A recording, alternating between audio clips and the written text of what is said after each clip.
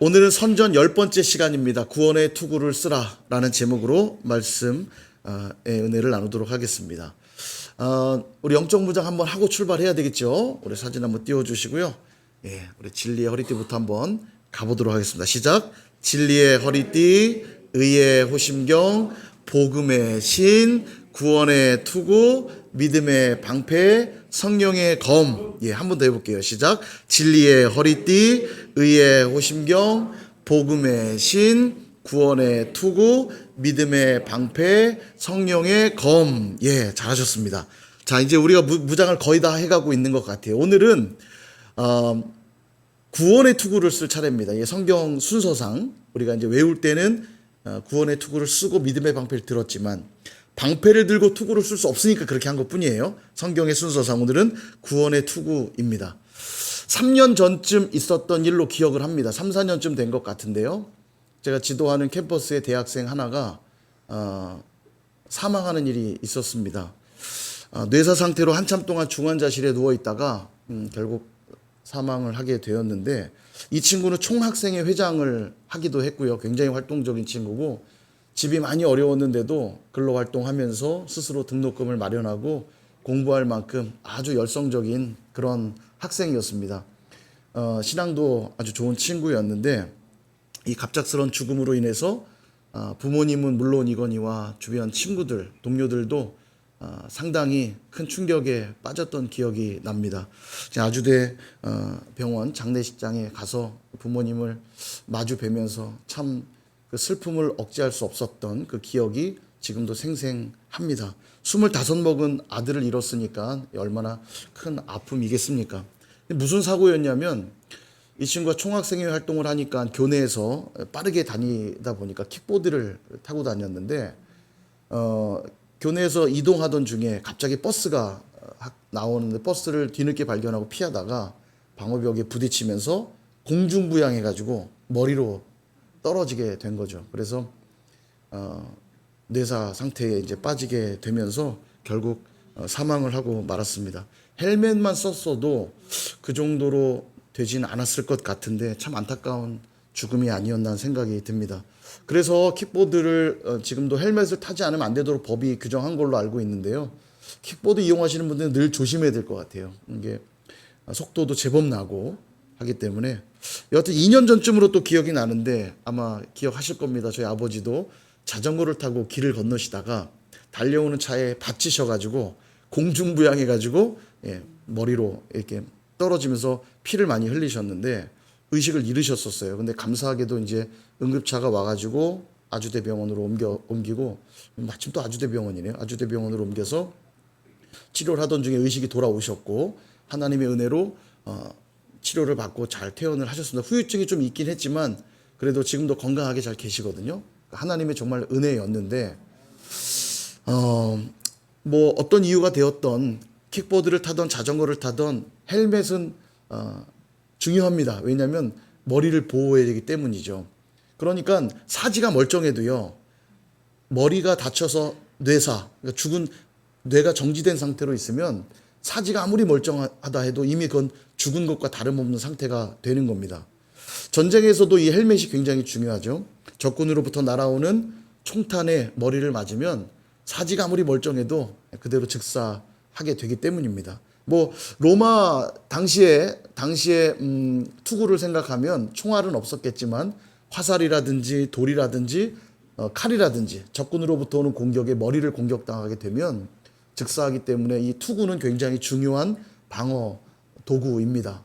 뭐 몸의 다른 부위가 다칠 때는 또 치료를 통해 회복하면 되지만 머리나 심장을 공격당하면 즉사할 수 있기 때문에 갑옷과 투구는 아주 중요한 보호 장구라고 할 수 있죠. 동일하게 우리 삶에도 영적 전쟁이 계속되고 있습니다. 사단은 우리를 단번에 쓰러뜨리고 싶어 하죠.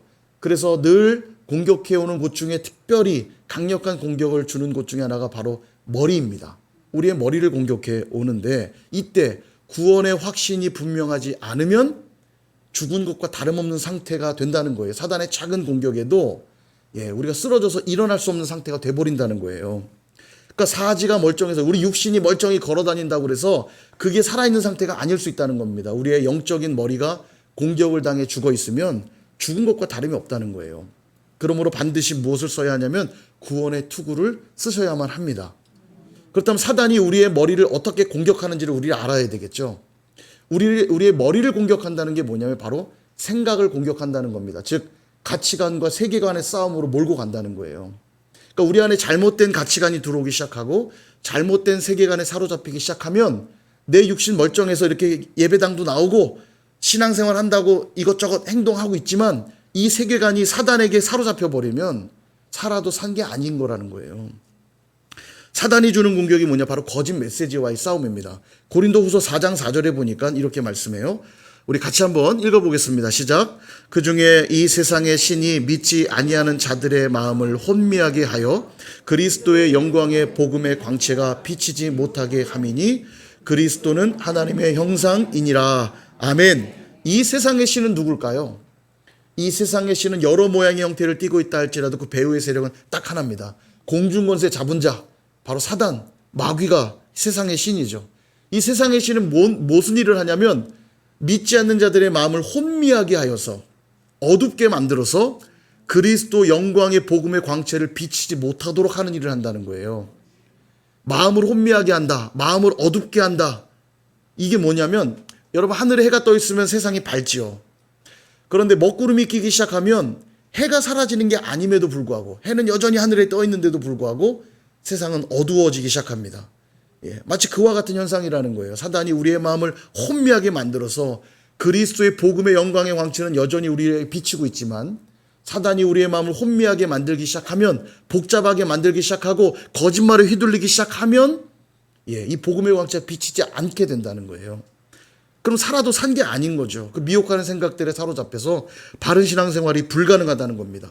자, 여러분 영적 전쟁은 우리의 마음, 정확하게는 우리의 생각이라고 하는 영역에서 벌어지는 싸움이라는 걸 반드시 기억하셔야만 됩니다.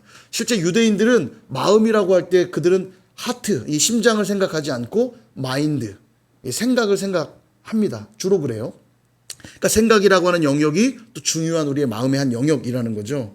이 생각이라는 영역에 복음이 자리 잡지 못하도록 사단이 투척해 놓는 게 있어요. 그게 뭐냐면 염려입니다. 염려. 걱정, 염려 다 하고 사시죠? 다 하니까 당연히 하는 것보다라고 생각하시면 안 돼요. 이 염려가 들어오기 시작하면 우리 안에 복음이 자리 잡을 수 없게 된다는 겁니다. 성경은 이 염려를 불신앙이라고 말하세요. 마태복음 6장 31절과 32절에 보니까 이렇게 말씀합니다. 그러므로 염려하여 이르기를 무엇을 먹을까 무엇을 마실까 무엇을 입을까 하지 말라. 이는 다 이방인들이 구하는 것이라. 이방인은 누구냐면 불신자들이죠. 믿음 없는 자들은 뭘 하고 사냐면 염려하며 산다는 거예요. 뭘 먹을까, 뭘 입을까, 뭘 마실까 이 염려 속에서 살아가는 이들은 신앙이 없는 이들, 불신자들이지만 하늘아버지께서 이 모든 것이 너에게 있어야 할 줄을 아시느니라. 믿음이 있는 자들은 하나님의 백성들은 염려하지 않고 살아간다. 왜요? 믿음이 있기 때문에. 그러니까 믿음이 없는 자들은 반드시 그에게 뭐가 있냐면 염려가 있다는 거예요. 여러분 믿음의 반대말이 뭔지 아십니까? 그게 바로 염려입니다. 염려. 그러니까 염려는 당연히 하는 게 아니에요. 믿음이 없는 자들이 하는 게 염려입니다. 그렇다면 어떤 생각이 빛의 생각이고 어떤 생각이 어둠의 생각일까? 어떻게 이걸 분별할 수 있을까? 생각보다 간단합니다. 내 생각이 진리, 곧 하나님의 말씀 안에 있다면 말씀으로부터 나온 생각이라면 그것은 빛의 생각이고 내 생각이 말씀으로부터 오지 않았다면 여러분 그것은 다 거짓입니다. 여러분 사탄의 별명이 뭔지 아십니까? 요한복음 8장 44절에 보니까 사단이 이런 존재라고 말해요. 그는 처음부터 살인한 자요 진리가 그 속에 없으므로 진리에 서지 못하고 거짓을 말할 때마다 제 것으로 말하나니 이는 그가 거짓말쟁이요 거짓의 아비가 되었음이라. 아멘. 거짓의 아비라는 말은 그가 거짓의 시초자요 거짓의 대장이란 말이에요. 거짓말로는 그를 이길 자가 없다는 얘기입니다. 그러니까 알면서도 속는 게 사단의 거짓말이에요. 여러분 죄를 지을 때 죄인지 모르고 지는 경우는 대부분 없습니다. 죄인지 알면서도 져요. 이게 사단의 강력한 속임수예요. 사단의 그런 거짓 메시지를 받아들일 때 우리 안에 일어나는 게 뭐냐면 그게 바로 염려입니다. 그 염려가 생기기 시작할 때부터 그리스도의 복음의 영광의 광채가 비치지 않기 시작하는 겁니다. 실제로 연구 결과를 보면 대부분의 사람들의 염려는 벌어지지 않은 일들이 대다수고, 그 중에서도 88%는 앞으로도 일어나지 않는 일들이라는 거예요. 염려해서 그렇게 될 것 같아서 보면 결국은 90% 가까운 데이터가 다 일어나지 않은 일들이라는 겁니다. 염려란 사실 불필요한 거죠. 지금도 아마 여러분들 많은 염려들을 하고 앉아 계실지도 모르겠어요. 여러분이 하는 염려를 한번 떠올려 보십시오. 대부분 벌어지지 않은 일들에 대한 막연한 생각들인 게 대부분일 겁니다. 이런 거죠. 경제가 어렵다는데 앞으로 어떻게 살지? 염려하는 건 이해하지만 어떻게 살아가게 될 것인가라는 거 확실하지 않은 미래에 대한 그냥 막연한 생각들일 뿐이에요. 이 염려가 들어오기 시작하니까 어둠이 자리 잡기 시작하고, 그러니까 믿음의 말, 진리의 말씀이 들어오질 않는 거예요. 쉽게 받아들여지지가 않는 겁니다. 그러니까 주일날 예배를 안 드리고 돈 벌러 가요.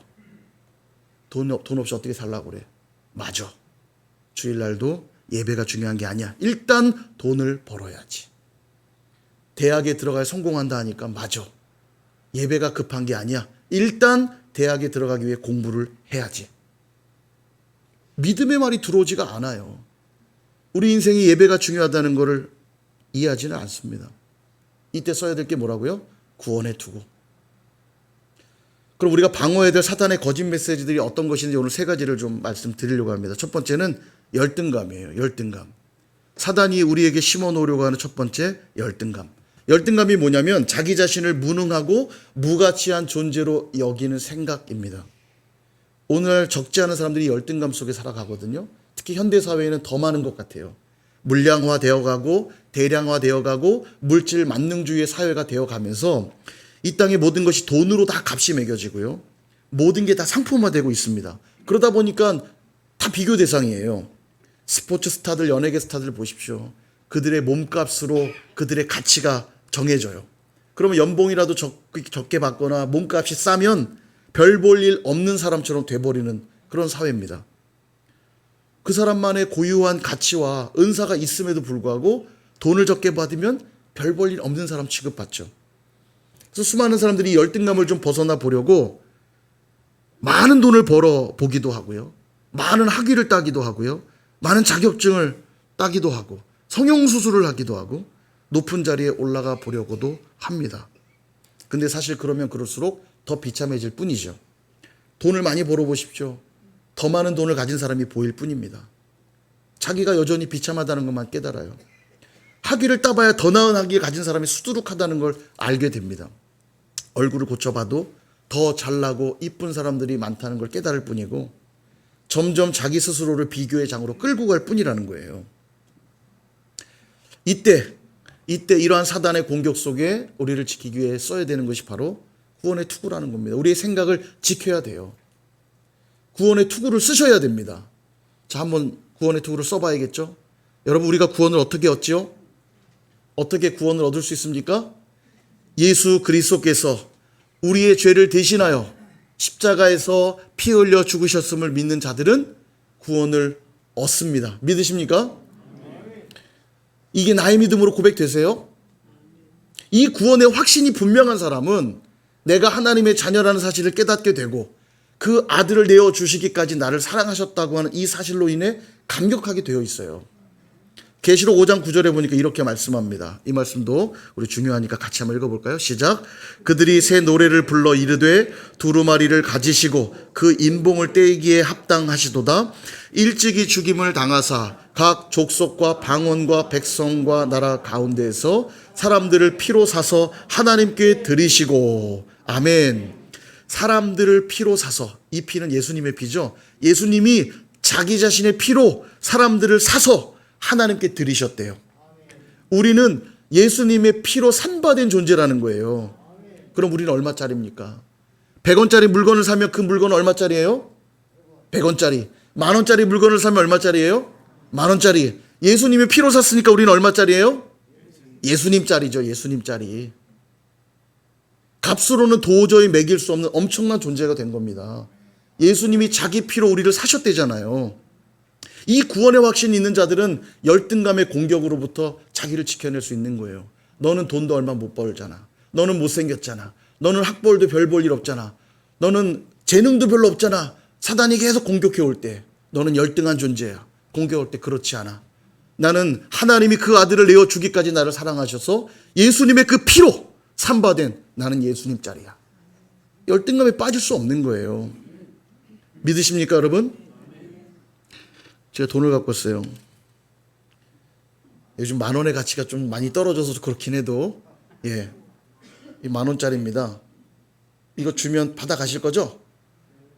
필요 없어요? 예, 이 10,000원짜리입니다. 자, 이 얼마짜리입니까? 예, 구겨서 갖다 버릴 거예요? 구겨도 10,000원짜리죠? 이 가치는 구겨줘도 10,000원입니다. 여러분, 우리 인생에 사단이 그렇게 이야기해요. 넌 돈이 없으니까 별 볼 일 없는 존재야. 너는 못생겼으니까 별 볼 일 없는 존재야. 너는 재능도 별로 없잖아. 별 볼 일 없는 존재야. 사단이 자꾸 꾸겨 놔도요. 우리는 얼마짜리라고요? 예수님짜리요. 10,000원짜리 아닙니다. 우리 10,000원짜리 아니고 우리는 예수님짜리. 우리는 예수님짜리예요. 사단이 아무리 꾸겨놔도 여러분 꾸겨져도 우리는 예수님짜리입니다. 믿으시기를 축원드립니다. 예, 자유로우시길 바랍니다. 그럼에도 불구하고 그리스도인들 중에 상당수가 열등감을 가지고 살아가는 이들이 많아요. 이게 잘 해결되지 않는 경우가 많은데요. 왜 그런가 생각해 보면 이 열등감이 교회 안에는 겸손의 탈을 쓰고 들어와 있는 경우가 많습니다. 여러분 착각하시면 안 돼요. 겸손과 열등을 헷갈리시면 안 됩니다. 절대 속아서는 안 돼요. 겸손은요, 복음을 정말 아는 이들이 갖는 태도라면 열등은요, 복음을 전혀 모르는 이들이 갖는 태도예요. 겸손과 열등이 형태가 비슷하다고 해서 똑같은 게 아닙니다. 이거 꼭 기억하셔야 돼요. 겸손은 내가 예수님 짤이라는 거 알기 때문에 그 사랑하고 존경하는 예수님 앞에 나를 낮추는 태도가 겸손이고요. 열등은 내가 예수님 짤이라는 걸 모르기 때문에 열등함을 느끼는 거예요. 완전히 다른 얘기입니다. 열등감은 좀 쉽게 말하면 하나님도 나를 어떻게 할 수 없어. 나 같은 존재 하나님도 어떻게 할 수 없어라고 고백하는 게 열등감입니다. 그러니까 무기력해지죠. 그래서 열등과 교만은 뿌리가 똑같습니다, 여러분. 이거 기억하셔야 돼요. 열등감은 부족하다는 생각 때문에 하나님을 밀어내는 거고요. 교만은 내가 잘났다는 생각으로 하나님을 밀어내는 거예요. 뿌리는 똑같다는 얘기예요. 그래서 여러분 쾌락과 금욕이 맞닿아 있다는 거 아십니까? 금욕과 쾌락이 다른 얘기 같지만 뿌리가 똑같아요. 그 어떻게 하냐면 예수님 당시의 종교 지도자들, 특별히 바리새인들이 예수님을 비난할 때 어떤 공격들을 했냐면 예수님과 세례 요한을 그렇게 공격했습니다. 세례 요한은 먹지도 않고 마시지도 않으니 귀신이 들린 자다. 이렇게 공격을 실컷 합니다. 근데 예수님은 보니까 세리와 창녀들과 먹고 마시거든요. 그러니까 이때는 뭐라고 공격하냐면 예수님은 먹기를 탐하고 포도주를 즐기는 사람이라고 공격합니다. 지나친 금욕과 지나친 쾌락은 뿌리가 같아요. 예수님이 무슨 쾌락주의자고 세례 요한이 금욕주의자인 게 아니라 두 분 다 하나님 앞에 바르게 서 있는데 사단의 공격은 금욕의 문제로, 쾌락의 문제로 엮어서 하나님으로부터 멀어지게 만들려고 한다는 거예요. 근데 열등과 교만도 똑같습니다. 이게 복음 앞에 서지 못하도록 만드는 거짓말들이에요. 근데 교만은 차라리 괜찮습니다. 교만은요 딱 보면 아유 저 교만한 거 눈에 확 들어오는데요. 열등한 건 이게 뭐랑 닮아 있다고요? 겸손하고 닮아서 잘 구분이 안 가요. 그래서 교회 안에 이 열등감에 사로잡혀 있는데 교만한 것처럼 포장하고 있는 경우가 많다고요. 그래서 잘 분별이 안 됩니다. 이게 잘 거절이 안 돼요. 그러나 나를 지키기 위해 갖는 것, 써야 될 투구, 바로 구원의 투구라는 거 잊지 마셔야 됩니다. 2015년에 신조어가 하나 나왔어요. 뭐냐면 삼포세대라는 말입니다. 한 7년 전쯤 얘기니까 지금 그때 그 청년은 지금 30대가 되어 있겠네요. 우리 뭐 박성호 집사님이나 김태훈, 뭐 김혜영 집사님 정도 청년 때 아마 많이 들었던 말일 것 같아요. 삼포세대. 삼포세대가 뭐냐면 세 가지를 포기한 세대라는 거예요. 연애, 결혼, 출산. 보니까 다 했네요. 우리 아까 그분들은 그죠? 예, 연애도 하셨고 결혼도 하셨고 출산도 하시고. 예, 전혀 사단의 공격에 흔들리지 않은 사람들입니다. 그게 사단이 주는 속임수에 너희들 청년들, 너희들 아무것도 할 수 없는 세대야. 연애도 못하고 물론 사회적으로 해결해야 될 구조적인 문제가 물론 있습니다만 사단이 그렇게 얘기하는 거예요. 3포 세대가 처음에 나오더니 포기할 게 세 가지만 있지 않고 더 많다고 그래서 N포 세대란 말도 나왔어요. 너무 많아서. N이라는 게 무한입니다. 무한. 다 포기하고 살아야 된다는 거예요. 여러분 절대 속지 마십시오. 청년들이 무가치하거나 무능한 존재가 전혀 아니거든요. 사단은 그렇게 기를 죽여놓는 거예요. 너희들 아무것도 할 수 없는 존재야. 절대 속지 마십시오. 이런 세상의 메시지에 속으시면 안 돼요. 우리는 얼마짜리요? 예수님짜리입니다. 절대 속지 마십시오. 보세요. 우리 선일교회 청년들은 저렇게 하나도 포기 안 한 세대 아닙니까? 그죠? 뿐만 아니라 우리가 고령 사회로 접어들었어요. 고령화 사회는 노인 세대가 7% 이상 되면 고령화 사회인데 14% 이상이 넘으면 고령 사회로 들어간다고 하거든요. 우리가 공식적으로 고령 사회가 됐습니다. 어르신들이 많다는 얘기예요. 저희 선일교회도 어르신들이 많은데 종종 어른들이 그런 얘기합니다. 나이 들면 죽어야 돼. 늙으면 죽어야 돼. 그런 말이 어디 있습니까? 나이가 들면 가치가 없어집니까? 아니잖아요. 근데도 세상은 그렇게 말해요. 오늘날의 이 세대 갈등들을 자꾸 부추깁니다. 젊은이들이 어른들을 폭행하는 일들이 있어요. 어르신들을 무가치하게 여기고 폭행하는 일들이 막 있어요. 나이가 들면 가치가 없어진다는 건 사단의 말입니다. 우리 어르신들 꼭 기억하십시오. 주님이 아직도 이 땅에 두셨다는 건 사명이 있다는 얘기예요. 여러분들이 사명자란 얘기입니다. 내가 나이가 들었다고, 이전보다 기억력이 좀 떨어졌다고, 나는 쓸모없는 인간이야. 그거 사단의 메시지입니다. 전혀 아니에요. 예. 절대로 무가치하거나 무능한 존재가 아닙니다. 하나님 앞에 존귀한 존재라는 사실 잊지 마시기를 바랍니다. 얼마짜리입니까, 우리 어르신들? 예수님짜리세요. 예수님짜리. 이거 잊으시면 안 돼요. 다시는 여러분들 입에서 나오면 안 될 말. 나이 들면 죽어야 돼. 나이 들면 죽어야 돼. 이런 말씀 하시면 안 돼요. 예. 마지막까지 사명 감당해야지. 주님의 뜻대로 살아야지. 예수님짜리니까. 이걸로 할 수 있는 일이 많잖아요. 구겨진 걸 피십시오. 예. 구겨진 걸 피셔서 예. 사용하시면 돼요. 구원받은 저와 여러분의 가치가 어떤 가치인지 한번 말씀해서 볼까요? 에베소서 2장 10절 같이 한번 읽어보겠습니다. 시작. 우리는 그가 만드신 바라 그리스도 예수 안에서 선한 일을 위하여 지으심을 받은 자니 이 일은 하나님이 전에 예비하사 우리로 그 가운데서 행하게 하려 하심이니라. 아멘. 아멘. 우리는 그가 만드신 바래요. 여기 만들다라는 단어가 포이에마라는 헬라어입니다. 포이에마란 말은 창조품, 걸작품 이런 말이에요. 상품은 비교합니다. 볼펜을 샀어요. 이 볼펜이 좋은가, 이 볼펜이 좋은가 비교할 수 있습니다. 상품은 비교하는 거 맞아요. 그러나 작품은 비교가 불가합니다. 제가 여러분을 선일미술관으로 좀 안내하도록 하겠습니다. 우리 미술관, 선일미술관이요? 자, 우리 선일미술관으로 여러분을 좀 안내하겠습니다. 왼쪽에 있는 그림이 뭔지 아세요? 예, 모나리자. 모나리자, 조용필의 모나리자 아니고 모나리자. 예, 저기 이제 레오나르도 다빈치라고 예, 아주 천재라고 불렸던 레오나르도 다빈치의 작품이죠. 모나리자. 자, 오른쪽에 있는 그림은 뭘까요? 예, 천지창조. 저자는 미켈란젤로입니다. 미켈란젤로. 이 두 사람이 정말 시대의 천재죠. 피렌체에서 태어나서 같은 시대를 살면서 최고의 정말 앞서거니 뒤서거니 최고의 대단한 사람들입니다. 자, 한번 해볼게요. 모나리자가 더 뛰어나다. 엉덩이 실룩실룩. 예, 하셨죠? 자, 아니다. 천지창조가 더 뛰어나다. 실룩실룩. 예, 지금 뭔가 움직이고 계시는데 비교가 가능합니까? 불가능합니까? 불가능해요. 모나리자는 모나리자대로 작품이고요.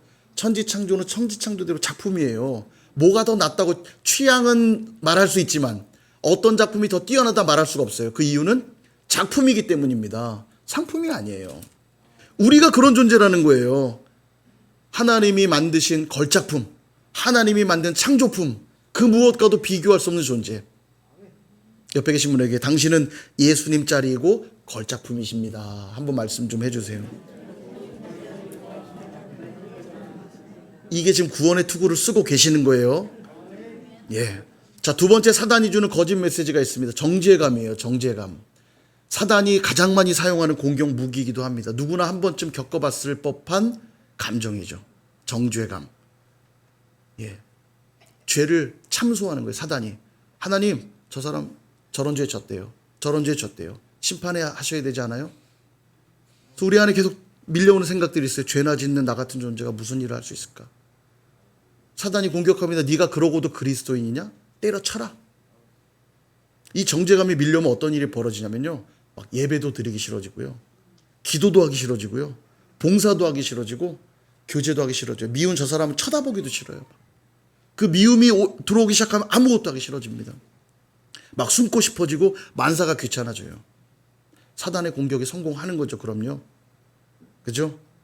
이 상태가 되면 죽은 것과 다름없는 겁니다. 내 몸이 지금 육신이 움직인다고 살아있는 게 아니에요. 하나님께 예배도 하지 않죠. 기도도 하지 않죠. 교제도 하지 않죠. 아무것도 하지 않는 그 상태. 내 몸뚱아리가 걸어다닌다 해도 죽은 것과 다름없는 상태예요. 사단의 공격에 성공한 거죠. 머리를 딱 맞춘 겁니다. 아주 정확히. 그렇습니다. 우리 죄 가운데 살고 있어요. 죄 짓고 넘어지기도 합니다. 그러나 말씀에서 온 것이 아니라면 다 뭐다? 거짓이에요. 거짓.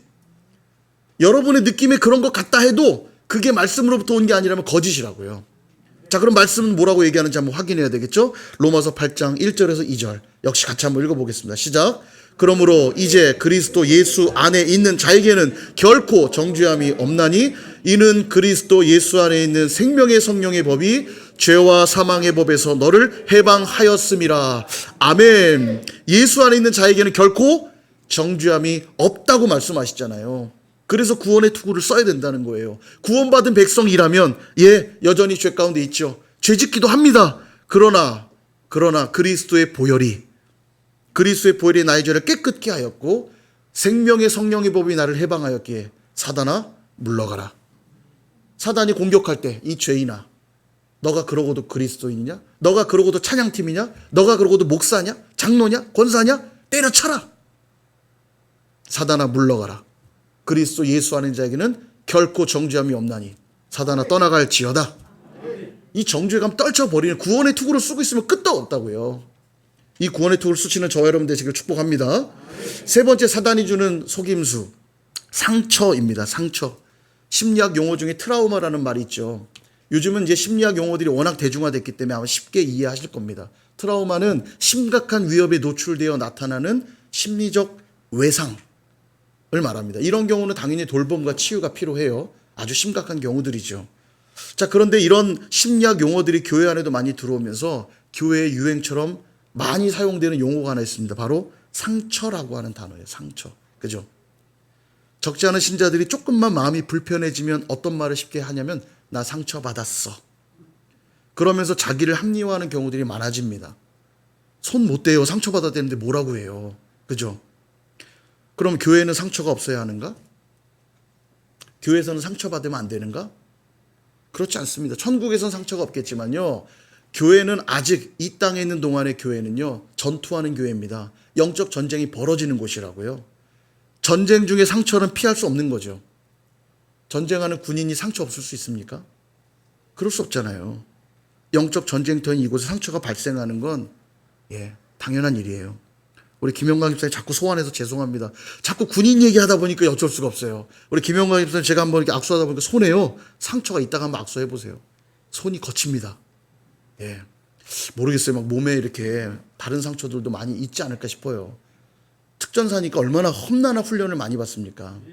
근데 그 상처가 말해서 막 힘들까요? 영광의 상처잖아요. 김영광의 상처. 영광의 상처입니다. 내가 특전사야. 봐봐. 몸에 상처가 많으면 많을수록 자랑스러운 상처예요. 그건요. 사실은요. 내가 특전사라는 걸 증명하는 거거든요. 상처가 하나도 없는 특전사라면 가짜 아닙니까? 그건요. 그죠? 여러분이 영적 군사들로서 교회 안에서 신앙생활하면 상처 발생할 수 있어요. 그건 이상한 일이 아닙니다. 문제는 사단이 그걸로 속인다는 거예요. 그 상처로 인하여 마음을 어렵게 만들어서 하나님으로부터 멀어지게 자꾸 만든다는 거예요. 자꾸 숨게 만들고 예배로 멀어지게 만들고 기도하지 않게 만들고 아이의 신앙생활을 떠나게 만들고 교회 안 나오는 사람 중에 상당수는 이유가 이겁니다. 나 교회에서 상처받아서 교회 안 가. 자, 질문해 보겠습니다. 상처받아서 나 오늘부터 밥 안 먹어? 없죠? 상처받아서 나 참 이제 안 자. 나 이제 상처받아서 다시는 화장실 안 가. 있으세요? 왜 그런 일은 없을까요? 생존의 문제이기 때문입니다. 밥 먹는 일, 잠자는 일, 화장실 가는 일은 생존의 문제이기 때문에 아무리 상처받아도 해요. 여러분, 영혼의 구원 문제는 생존의 문제입니다. 이거 사느냐 죽느냐 문제예요. 신앙생활 해도 되고 안 해도 되는 문제가 아니라고요. 내가 지금 구원을 받느냐 못 받느냐의 문제라면 상처 따위가 흔들어 놓을 수 있는 게 아니라고요, 이게요. 아무리 상처받아도 밥을 먹고 잠을 자고 화장실을 가듯이 구원의 자리를 붙들 수밖에 없는 겁니다.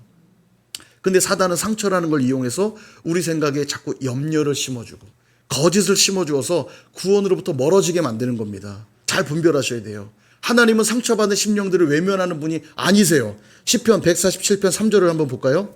상심한 자들을 고치시며 그들의 상처를 싸매시는도다. 우리 하나님은 상처를 외면하는 분이 아니시고요, 상처를 싸매주시는 분이에요. 그러므로 여러분, 상처를 받은 사람은 하나님부터 멀어지는 겁니까? 아니죠. 하나님이 상처를 싸매주시는 걸 알기 때문에 상처를 받으면 받을수록 어디로 가요? 하나님께 더 가까이 가게 돼 있는 거예요. 사단이 속이는 겁니다. 상처받으면 주님으로부터 멀어져야 되는 것처럼 속이는 거예요. 아닙니다. 상처받으면 주님만 내 상처를 치유하시는 분이기 때문에 더 주께 기도하게 되고 더 예배하게 되고 더 말씀 붙들게 되는 거예요. 이 구원의 투구를 쓰셔야 된다고요. 나는 구원받은 백성이기에 오늘도 나를 구원하신 하나님 외에 누가 나의 상처를 고칠 수 있을까? 주님께 나아가는 겁니다. 제가 오늘 아침에 우연히 어떤 강연을 하나 들었는데 마침 상처 얘기를 하는 거예요. 이런 얘기합니다. 여러분 살면서 상처 많이 받으셨죠? 뭐 부모로부터, 여러 환경으로부터.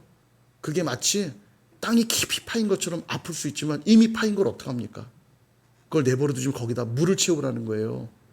물을 채우면 그 깊은 골짜기에 물이 차기 시작할 때 큰 강이 되는 것이고, 소금물을 채우면 바다가 되는 것이고, 굉장한 관점이라는 생각이 들었어요. 참 맞다. 우리가 하나님께 나아가 주님이 부어주는 그 성령의 은혜들을 덧입으면요, 우리는 메마르고 푹 파인 보기 흉한 존재가 아니라 많은 걸 포용하고도 남는, 많은 생명을 살리는 생명의 강이 되는 거예요. 생명의 바다가 되는 겁니다. 상처는 하나님부터 멀어지도록 하는 것이 아니라 도리어 하나님께 더 가까이 나아가게 만드는 것이라는 것 기억하시기를 축원드립니다. 말씀을 마치려고 합니다. 오래전 아는 목사님께 들은 간증이에요. 예전에 한번 소개한 적이 있는 것 같긴 해요. 이분이 목사님이신데 의사 출신 목사님이세요. 그래서 병원에 원목으로 근무하실 때의 간증인데, 한 청년이 응급실로 들어왔는데 머리가 절반 가까운 부위가 다 함몰돼 갖고 들어온 겁니다. 머리가 완전히 박살이 난 거예요. 보니까 오토바이를 타고 가다가 사고가 났는데 머리로 전봇대를 받았나 바닥에 떨어졌나 그래서 함몰돼 버린 겁니다. 당연히 의식이 없죠. 의식 없는 채로 누워있는데 심장은 뛰고 있으니까 역시 뇌사 상태로 그냥 누워있는 겁니다. 너무너무 젊은 청년이 누워있는 게 안타깝더래요. 근데 하나님이 어떤 마음을 주셨냐면 말씀을 들려줘라. 말씀을 들려줘라. 그래서 뭘 했냐면 카세트 테이프 시절이에요. 테이프를 가져다가 말씀을 넣어서 귀에다가 이어폰으로 꽂아주고 24시간 말씀을 틀어줬다는 거예요. 한 달여 정도 시간이 지났는데 의식이 돌아왔답니다. 의식이 돌아와서 살아났을 뿐만 아니라 장애가 좀 있긴 했지만 정상적인 생활을 다시 하기 시작했다는 거예요. 이걸 간증으로 얘기하시는데 여러분, 우연일까요? 우연히 일어난 걸까요? 저는 하나님의 말씀에 능력이 있는 줄 믿습니다. 의식을 잃어서 다 죽은 것 같은 자에게도 말씀이 능력이 된다면 살아 움직이는 저와 여러분이 얼마나 놀라운 능력이 되겠습니까? 여러분, 오늘 우리는 구원의 투구를 쓰자고 제가 제안을 드렸어요. 내가 구원받은 백성이라는 사실을 어디에서 확인하실 겁니까? 말씀에서 확인하셔야 돼요. 구원의 확신을 날마다 점검하고 확인하셔야 됩니다. 내가 오늘 죽어도 나는 천국 갈 수 있는 자인가? 하나님의 자녀, 하나님의 백성된 자가 맞는가? 이거 날마다 확인하셔야 된다고요. 구원은 단순한 기분이나 감정이 아닙니다. 실제적 사실이에요. 이런 겁니다. 여러분, 집을 샀어요. 굉장히 좋은 집을 샀어요. 믿기지가 않아가지고 내가 이런 데서 살아도 되나? 의심이 들기 시작했습니다. 이때 뭘 확인하면 되죠? 등기부등본, 계약서 확인하면 됩니다. 내 이름이 있네. 이거 내 집 맞네. 그죠? 아무리 그 집이 나랑 안 어울린다 해서 내 기분에 살아도 되나 안 되나 의심 갈 때는 언제든지 확인하시면 돼요. 등기부등본. 내 이름이 써있나? 내 기분과 관계없는 겁니다. 주변에서 말해요. 네 주제에 그런 집에서 사는 게 말도 안 되지. 당장 나와. 네가 그런 집에서 사는 게 가당키나 해? 그럼 뭘 들이밀면 됩니까? 등기부등본 보여주고 계약서 보여주고 여긴 내 집이야. 내 기분과 감정의 문제가 아니라고요. 구원은 감정과 기분의 문제가 아니에요. 하나님의 말씀에 쓰여있는 것이 오늘 내 마음에 믿어진다면 여러분, 그것으로 우리는 구원의 투구를 쓰고 있는 것입니다. 사단이 어떠한 공격을 들이밀어도 말씀으로 사단아 물러가라. 너는 내게 아무런 관계가 없고 기업이 없고 소용이 없음을 내가 예수의 이름으로 선언하고 선포하노니 내게서 떠나갈지어다. 선언해야 되는 겁니다. 오늘 내 구원의 문제는 성경에 기록되어 있어요. 그 말씀이 믿어지는 한 구원은 분명한 겁니다. 사단의 어떠한 정죄의 화살도, 어떠한 열등감과 비교감의 화살도, 어떠한 염려와 근심의 화살을 아무리 쏘아대도 하나님의 말씀에 기록된 나의 구원을 확인하면 절대로 결코 흔들리지 않을 수 있다는 사실입니다. 다시 한번 우리 여러분 구원의 투구를 써보시겠습니까? 예수님이 십자가에서 나의 죄를 대신하여 보혈 흘려주신 사실을 여러분 믿으십니까? 예수님의 그 구원이 나를 위한 것임을 여러분 믿으십니까? 지금부터 영원까지 나의 구주가 되신 사실을 믿으세요? 그렇다면 여러분 그 구원의 투구를 쓰신 겁니다. 날마다 그렇게 구원의 투구를 쓰고 그렇게 살아가시는 저 여러분 다 되시기를 주님의 이름으로 축원드립니다. 기도